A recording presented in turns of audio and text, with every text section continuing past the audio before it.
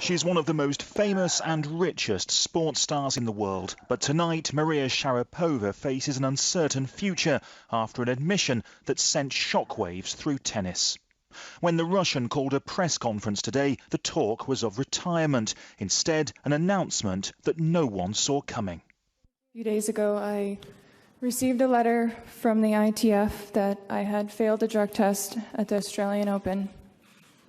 I did fail the test, and I take full responsibility for it. Maria Sharapova is the newest addition to the list of high-profile athletes accused of using performance-enhancing drugs, marring her brand as the face of women's tennis from a marketing standpoint. She racks in a whopping $23 million per year in endorsements from big-ticket brands such as Porsche and Nike. The accusations, however, have caused both of these globally recognized brands to cut ties with the Russian super athlete, prematurely ending an 8-year deal worth more than $56 million. So why do athletes risk their endorsements, personal brands, and eligibility by using performance-enhancing substances banned by their respective governing bodies? Jose Canseco went on 60 Minutes in 2005 to offer his explanation. I don't recommend steroids for everyone, and I don't recommend growth hormones for everyone. But for certain individuals, I truly believe, because I've experimented with it for so many years, that it can make an average athlete a super athlete. It can make a super athlete incredible, just legendary. Canseco admitted to using steroids in every season of his 16-year career in the major leagues. Although the steroid era had no definite beginning, it is considered to have started during his rookie year in '85. Although the use of performance-enhancing drugs was then banned by the MLB in 1991, the league did not implement league-wide testing until 2003. During these 18 years of lax rules and regulations, the MLB reaped the benefits of record-setting juiced athletes under the guise of an organization that had done its part to disallow performance-enhancing drugs. I mean, you're looking at a baseball establishment that has said that it wanted to get rid of steroids for 10 years.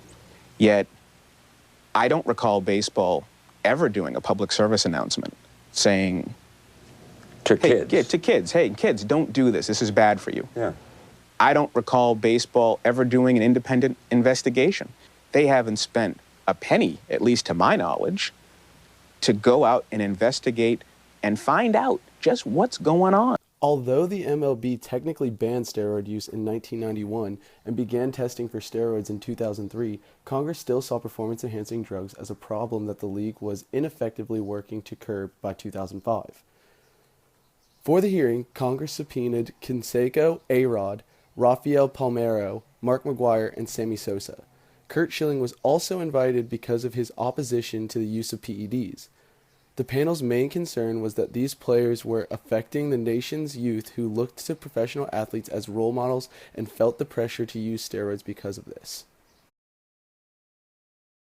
Since the government intervention with the MLB, all professional sports organizations have updated their agreements with players to include harsher policies to reduce steroid use. Some are stricter than others. The NHL's collective bargaining agreement seems to say that it will only have a problem with steroids if they are threatening the health of a player.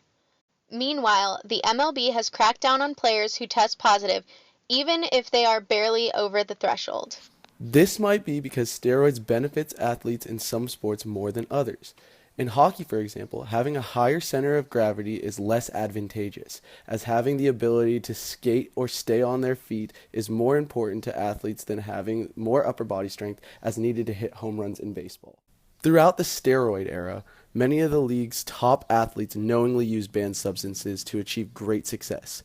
By failing to crack down on steroid use, the MLB risked allowing younger ball players who aspired to one day play in the show to fall under the pressure of fast gains and instant success.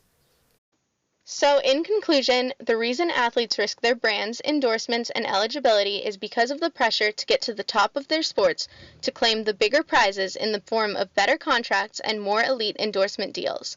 Currently, Maria Sharapova is getting a lot of flack for testing positive for meldonium, a prescription medication used to increase the circulation and combat heart issues. The current men's tennis world number 2, Andy Murray, applauds Sharapova's suspension and believes that tennis and the sports world as a whole should be doing more to combat the widespread use of performance-enhancing drugs. I think all sports can do more. I think that it's better than it was a few years ago. Last year I certainly got tested a lot, but this year I've been tested twice so far this year, and 3 months into the year. Whereas last year, I got tested loads, but this year has only been twice and 3 months into the year, which is clearly not enough.